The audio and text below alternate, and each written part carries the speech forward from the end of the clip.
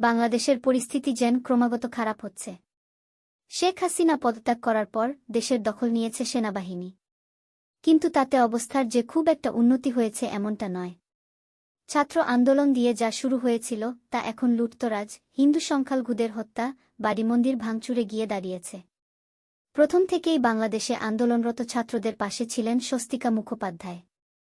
মেয়ের সঙ্গে মার্কিন মুলুকে থাকা সত্ত্বেও ক্রমাগত বাংলাদেশের রাজনৈতিক পরিস্থিতির খোঁজ রাখছিলেন।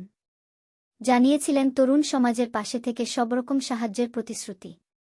তবে বর্তমানে ছাত্র আন্দোলন যে ঘৃণ্য রূপ নিয়েছে তার প্রতিবাদ করে খুললেন মুখ। ইনস্টাগ্রামে স্বস্তিকা লিখলেন, বাংলাদেশের নাগরিক না হয়েও বাংলাদেশের ছাত্রছাত্রীরা যখন গুলি খেয়েছে, মার খেয়েছে, তাদের পূর্ণ সমর্থন জানিয়েছি। কিন্তু দুদিন ধরে দেখছি বাংলাদেশে হিন্দুদের ঘর পুড়ছে, মহিলাদের নিগ্রহ করা হচ্ছে, এমনকি দুই বাংলার অত্যন্ত প্রিয় গুণী শিল্পী রাহুলের বাড়ি আক্রমণ করা হয়েছে। এই দায় বাংলাদেশের বৈষম্য বিরোধী ছাত্র আন্দোলনের নেতৃত্বকে নিতে হবে তামাম বাংলাদেশিদের।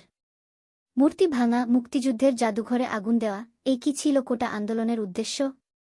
মুক্তিযুদ্ধ তো জেনেছিলাম, সকল বাংলাভাষী মানুষের প্রাণের মূল্য। কিভাবে আপনারা একজন স্বৈরশাসককে হটাতে গিয়ে এই মুক্তিযুদ্ধকে আঘাত করলেন? আপনারা সকল ধরনের সাম্য ও মৈত্রীর কথা বলেছিলেন, তার প্রথম শর্ত একটি দেশের সংখ্যালঘুদের প্রাণ, মানবাধিকারের প্রতিষ্ঠা। সে ব্যর্থ হল।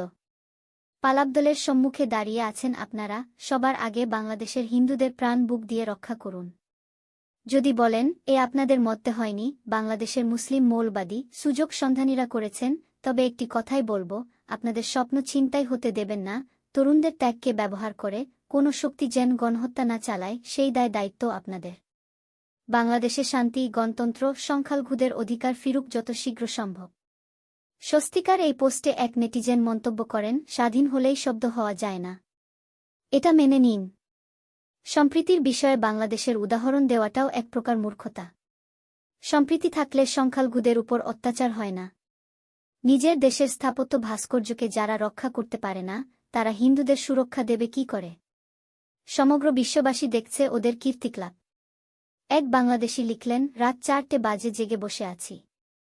আমাদের এলাকায় ডাকাতি হচ্ছে। আমার বাড়িতে যাতে না হতে পারে তাই জেগে বসে আছি। তৃতীয়জন লিখলেন, ম্যাম, আপনি বাংলাদেশের ছাত্রদের নিয়ে অনেক ভালো ভালো কথা লিখেছিলেন। সে দেশের হিন্দুদের কি হবে এখন? আগে যদি আপনি ওদের কথা ভাবতেন।